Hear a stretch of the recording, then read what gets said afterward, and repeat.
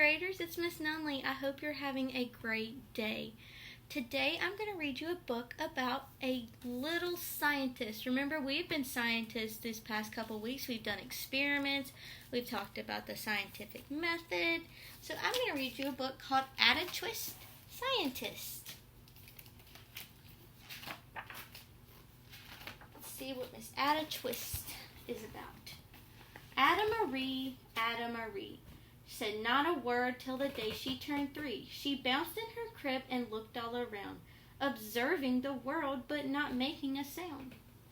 She learned how to climb and made her big break, with a trail of chaos left in her wake. She ran through the day chasing each sound and sight, and didn't slow down till she conked out at night. She's observing the world around her, just like we do when we did our experiments. Her parents were frazzled but tried not to freak, as Ada grew bigger and still did not speak. Clearly young Ada, with lots in her head, would have something to say when it ought to be said. She is. That's just what happened when Ada turned 3. She tore through the house on a fact-finding spree and climbed up the clock just as high as she could. Her parents yelled, "Stop!" as all good parents would. Ada's chin quivered, but she did not cry. She took a deep breath and simply asked, "Why?" Look how curious she is, all the way on top of that clock. Why does it tick and why does it talk? Why don't we call it a granddaughter clock? Why are there pointy things stuck to a rose? Why are there hairs up inside of your nose? She started with why, then what, how, and when. By bedtime she came back to why once again. She drifted to sleep as her dazed parents smiled at the curious thoughts of their curious child, who wanted to know what the world was about. They kissed her and whispered, "You'll figure it out." Her parents kept up with their high-fiving kid, whose questions and chaos both grew as she did. Even Miss Greer found her hands were quite full when young Ada's chaos wreaked havoc at school, but this much was clear about Miss Ada Twist: she had all the traits of a great scientist.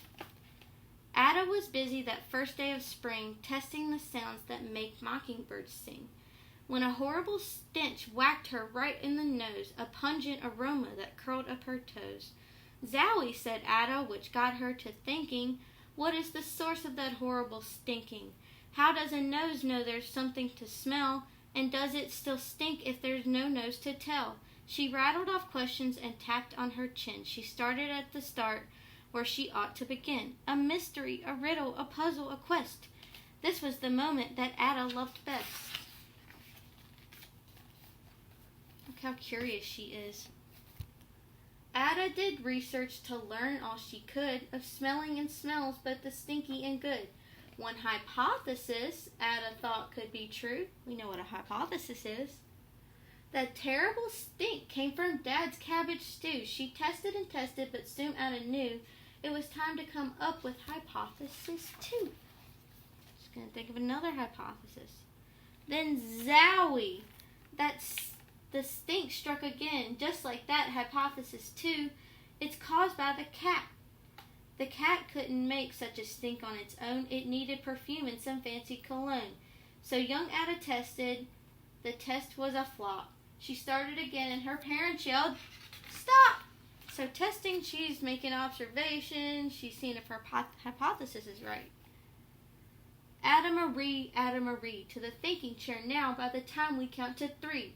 "Enough," said her mother. "That's it," said her dad. Her parents were frustrated, frazzled, and mad. "Why?" Ada questioned. Her mother said no. "What?" Ada queered. Her father said go. "You've ruined our supper. You've made the cat stink. Enough with your questions. Now sit there and think." She looked at her parents. Her heart turned to goo. Poor Ada Twist didn't know what to do. All she wanted to do was be a scientist. Her parents weren't very happy with that, though. She sat all alone by herself in the hall, and Ada once more could say nothing at all. Look at her in the chair. She doesn't look very happy. And And so Ada sat, and she sat, and she sat. She thought about science and Stu the cat, and how her experiments made such a big mess. Does it have to be so, or is that part of success? Our mess is a problem, and while she was thinking, what was the source of that horrible stinking? Ada Marie did what scientists do. She asked a small question, and then she asked two. And each of those led to her 3 questions more, and some of those questions resulted in 4. As Ada got thinking, she really dug in. She scribbled her questions and tapped on her chin. She started at why, and then what, how and when, and at the end of the hall she reached why once again. So in that thinking chair, she's thinking, but she's not thinking about what she did wrong. She's thinking about more questions.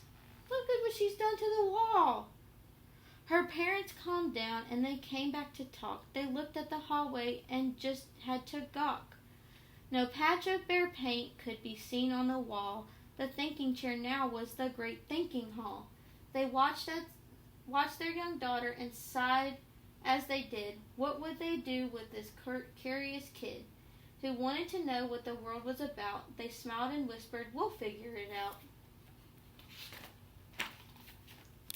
And that's what they did, because that's what you do when your kid has a passion and heart that is true.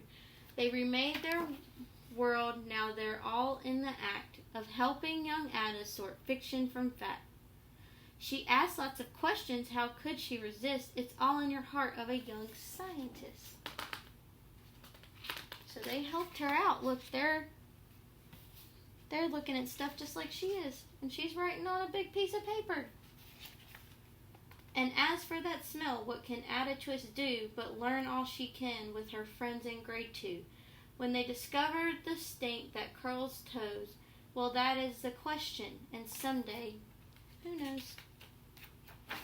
And that's the end of the book.